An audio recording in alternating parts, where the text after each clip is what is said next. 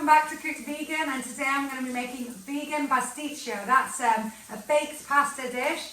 It has vegan bolognese in, and that's what I'm going to be starting with. It's a delicious traditional Cypriot and Greek dish. I'm sure you're going to love this. So if you're used to the traditional or you just want to have a pasta dish with a twist, then stay with me and I'm going to go through this super quickly with you so you guys can make this at home in your own time. Now I've already started off here. I've got one onion that I'm just sauteing in olive oil.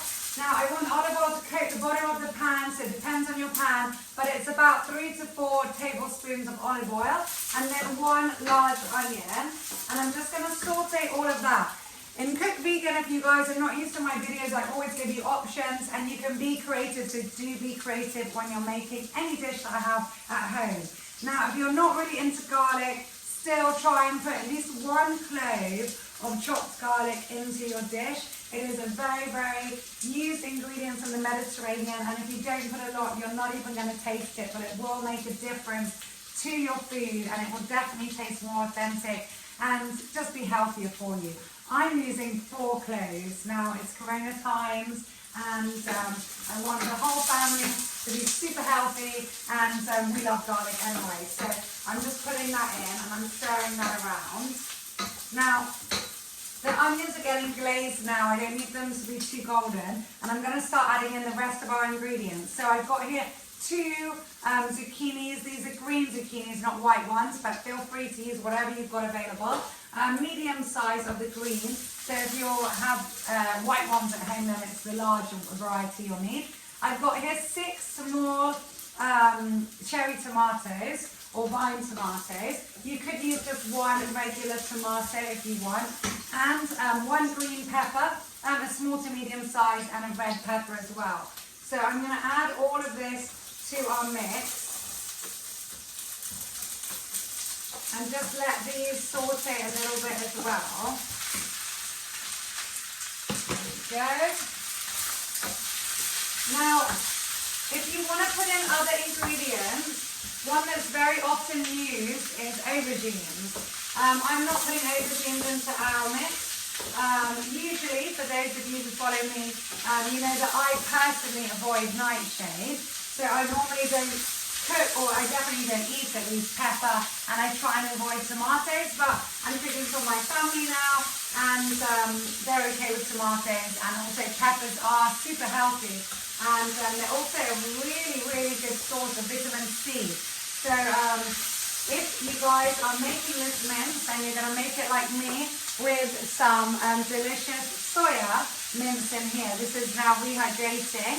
I've got this soaked in hot water and it's ready, gluten-free soya mince. And you could also use lentils as well. So you can make your bolognese sauce however you like it. This is different to how I normally make our bolognese sauce if we're going to have it with a pasta. So I'm giving you options, but by all means, if you've made bolognese and made extra, then that's a great way of using up the leftovers the next day and making your dish into something very different. So, now that that's all coated, I'm going to add in our soya. Now, as I said before, this is 1 cup of soya mince. It's delicious. It's such a good option for bolognese. Vegan bolognese, and to be honest, I've given it to so many people when they've come over to our house visiting who are regular omnivores, and they didn't even know they weren't having usual meat bolognese. So it's a really, really good option. If you guys haven't tried it, do try it. And if you are gluten-free, there are gluten-free options out there. So I'm just going to keep stirring this. Now, you need to rehydrate this for 10 minutes in hot water. To be honest, it's been on for a bit less, but busy people that we are, I'm always running, and it will work out. So I'm going to just throw that in and stir that around. Now I always say, if you do need to add in more olive oil as you're going around and cooking, then by all means do.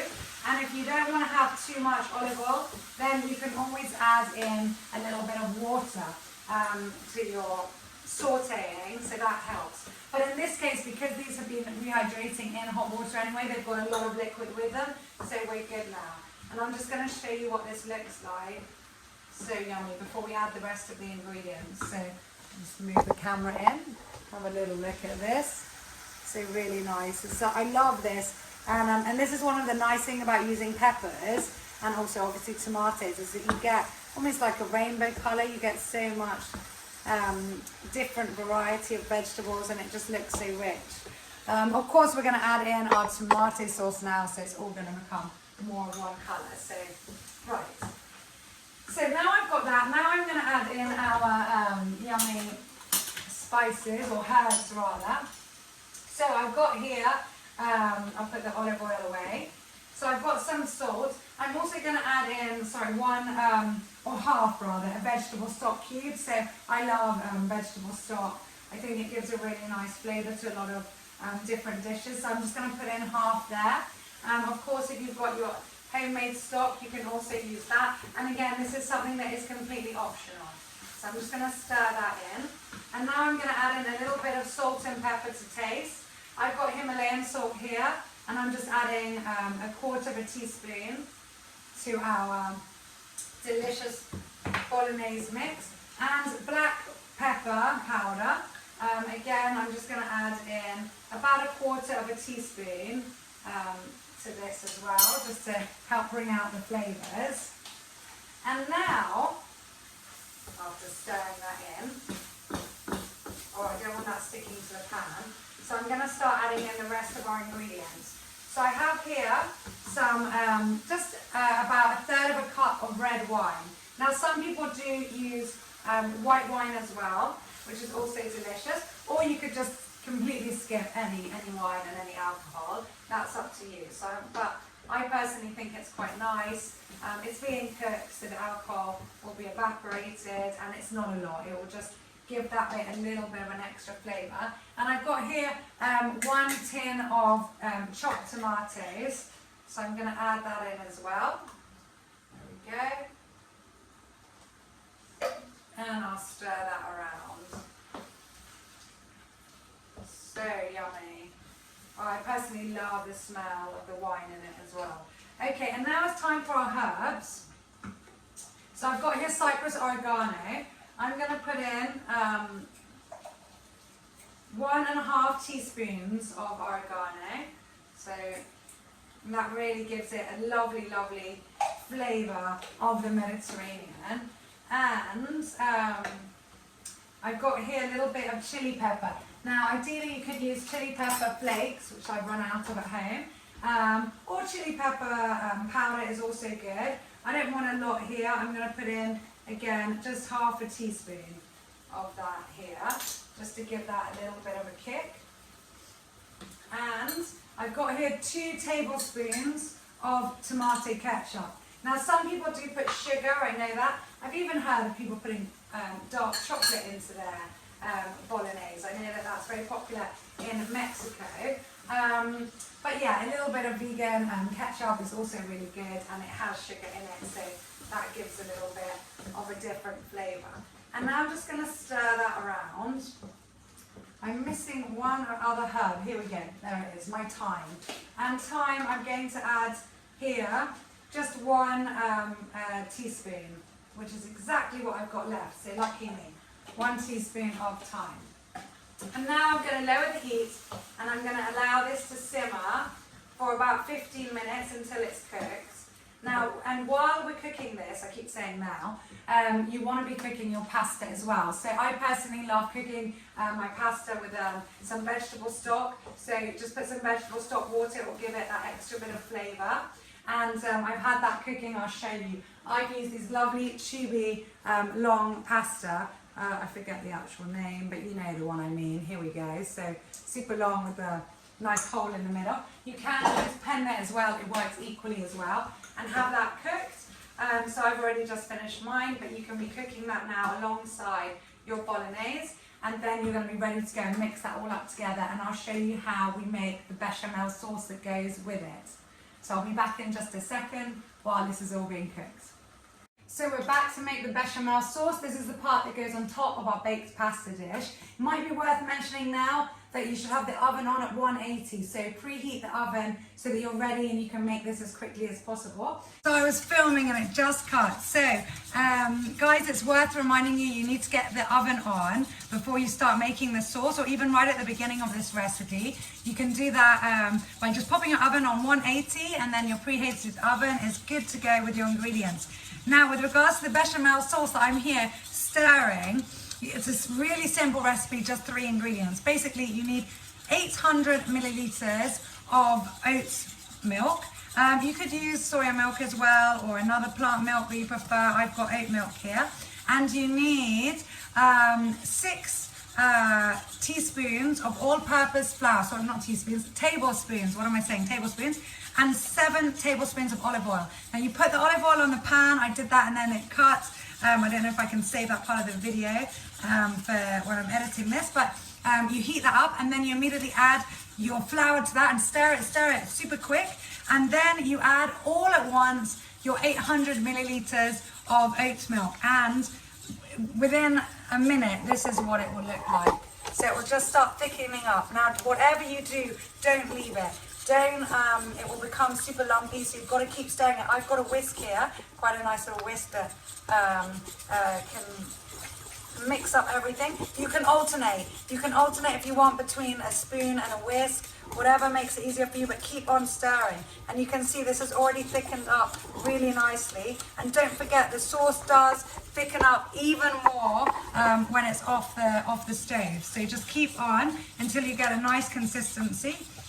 This is about perfect now. I might just quickly stir this for another few seconds. And our bolognese sauce is really nicely cooked there. The flavors are amazing. I don't even want to, I'll just quickly show you there.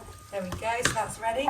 And then here we go, our bechamel sauce is nice and thick and creamy and good to go. So I'm going to take both of these now off the heat, just turn that off. Oh, so good.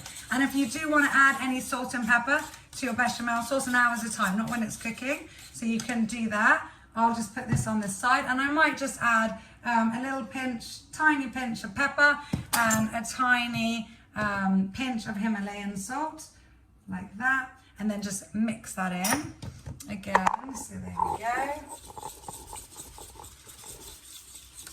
Oh, so nice. Okay, and we've got our bolognese here. Sorry guys, the camera's now here. You've got the light behind me and my huge wine fridge as well. So there we go. Okay, right, that's done. Now our lovely sauce is here. There we go, look at that. And I'm going to mix that in with the pasta. Now if this pasta is too long for you, by all means, feel free to just get some scissors and even cut it up a bit. Which will be good. My stove is saying, hey, why are you on me? And I'm going to mix that up, and then I'm going to put that in a baking dish. So here we go, all ready, and I'll show you what that looks like in a sec. So now that I've added all our pasta and our bolognese together, and I put it into our oven-proof dish. Now you could grease the sides of this, but personally I think that makes it a bit too oily anyway, and the Pyrex is plenty good enough. And I'm just going to add in a little bit of the bechamel to this mixture. Ideally I'd be using not the whisk, so not very much, just a tiny, like maybe 2 spoons worth, and I'm just going to mix that in so it goes all the way, so that there's a little bit of creaminess, let's say, at the bottom part of this, of the baked pasta dish. Let's just put 1 more spoon of that in. So that flavour goes all the way through. And as I said again, feel free to cut your pasta if it's too long, and I'm trying not to get this everywhere. Okay, and now I'm going to pour all of, let me get that. Oh, actually, before I do that, sorry, I'm going to add in a little bit of fresh mint leaves. You could use dried as well, but I figured since I've got fresh from the garden, why not? That's only about 1 tablespoon worth. I'm just going to add those in to this to give that a flavour. And also here, again, add 1 teaspoon more of oregano so that flavour comes out so yummy. So that's something, guys, if you want to make anything tastes like really Mediterranean, whether that's Greek or Arabic or Turkish or whatever you're going for, then definitely add oregano. Don't forget, it's a really important herb to have in your kitchen. So now that that's all mixed, you can see that it looks delicious and has obviously a bit of the whiteness from the bechamel. Now I'm going to add in all the sauce on top. So I'm just going to throw that on top of this, that creaminess. There we go. And if you guys are particularly fond of cream and bechamel sauce, then don't forget, you can always make a little bit extra and add in even more. So there we go, I'm just going to push that through and down. Wow, this all just fits in this Pyrex. It's always the way. I was in between using this one and a bigger one, and I bet you if I'd used the bigger one, it wouldn't have been, too big, and then this one is all just so nicely fitting in, just. So there we go. So now I'm just gonna pour that cream, make sure it's all the way over the top. And the final, but very, very important ingredients are our breadcrumbs. Now I've got 2 tablespoons of breadcrumbs here, so you could use a cup's worth as well. And I put in just a pinch of ground black pepper and 1 teaspoon of thyme. So I'll just make sure that's all mixed in together nicely. And I'm going to put this all on top of here. And again, if you're going gluten-free, guys, this recipe is really easy to make gluten-free, and you can definitely use gluten-free breadcrumbs. So I'll just put those all here. And now I'm going to bake this at 180 on fan, the oven, and for about 25-30 minutes. So do check on it and pop that in. And then when you want to serve it, you could just put some delicious mint on top or something else just to add it a bit green and make it look even prettier. And that's it. I'll show you what that looks like when it's out of the oven. I hope you've enjoyed this video. Don't forget to subscribe to Cook Vegan YouTube channel, and you can also find me on our webpage www.cook-vegan.com and get a free starter vegan recipe book when you sign up, and I promise I won't bombard you with newsletters and emails. And of course you can find me on Instagram with Cook Vegan Insta, and our Facebook group, which has over 5,200 members right now, which is just Cook Vegan. So I'll see you soon, and I'll show you what this looks like in a minute. So this now has been in for exactly half an hour. I put it on timer and it is perfect.